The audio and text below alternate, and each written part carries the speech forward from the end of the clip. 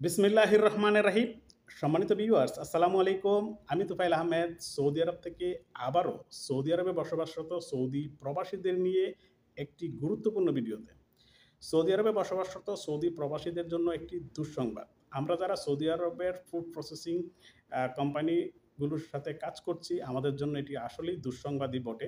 যারা সৌদি আরবে food processing খাবার উৎপাদন করেন, খাবার সার্ভিস করেন, বিক্রি করেন, বিশেষ করে রেস্টুরেন্ট, বেকারি কিংবা খাবার ডেলিভারি করেন, আ ফাস্টফুডের দোকান বলেন, যেকোনো খাবার উৎপাদনকারী সেটি এর কর্মীদের জন্য সেটি একটি দুঃসংবাদ। Saudi food and drug authority একটি নতুন আইন করেছে। সেটি আপনারা এখানে দেখুন। সেটি হচ্ছে যে এসএফডিএ অর্থাৎ Saudi food and drug authority. SFDA move to impose travel ban on foreign worker in food processing crisis. অর্থাৎ এই ফুড প্রসেসিংয়ের সময় যদি এই ফুড প্রসেসিং যেটি আমরা করছি সেই ফুডের কারণে, সেই খাবারের কারণে যদি সৌদি আরবে কোনো ধরনের সমস্যা তৈরি হয়, বিশেষ করে যারা খাবারগুলো খাচ্ছেন তাদের যদি কোনো ধরনের অসুস্থতা, মৃত্যুবরণ এই ধরনের কোনো অ্যাক্সিডেন্ট ঘটে, তাহলে এই ফুড প্রসেসিং কোম্পানির নামে যখন মামলা হবে, সেই মামলাটা নিষ্পত্তি না হওয়া পর্যন্ত এই কোম্পানিতে কর্মরত কোনো ফরেন ওয়ার্কার অর্থাৎ কোনো প্রবাসী তার নিজ দেশে যেতে পারবে না। আমাদের সফর মমনু অর্থাৎ ট্রাভেল ব্যান করে দেবে।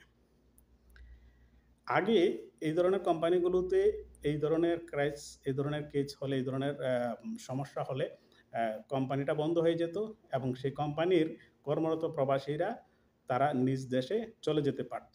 কিন্তু নতুন আইন অনুযায়ী এই ধরনের সমস্যা ঘটলে এই কোম্পানির নামে যখন মামলা চলবে, মামলা নিষ্পত্তি না হওয়া পর্যন্ত এই কোম্পানির কোনো ফরেন ওয়ার্কার অর্থাৎ প্রবাসী তার নিজ দেশে ফেরত যেতে পারবেন না। তাই এই ধরনের কোম্পানিতে যারা কাজ করেন, ব্যবসা করেন এবং কোম্পানির সাথে সংশ্লিষ্ট আছেন, তাদেরকে অনুরোধ করব আপনারা নিজেরাও তো সচেতন হবেনই।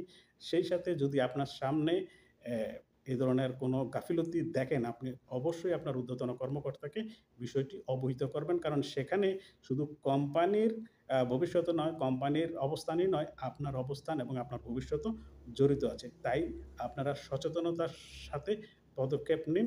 সবাই ভালো থাকুন, সুস্থ থাকুন, নিরাপদে থাকুন। আল্লাহ হাফেজ। আসসালামু আলাইকুম ওয়া রাহমাতুল্লাহি ওয়া বারাকাতুহু।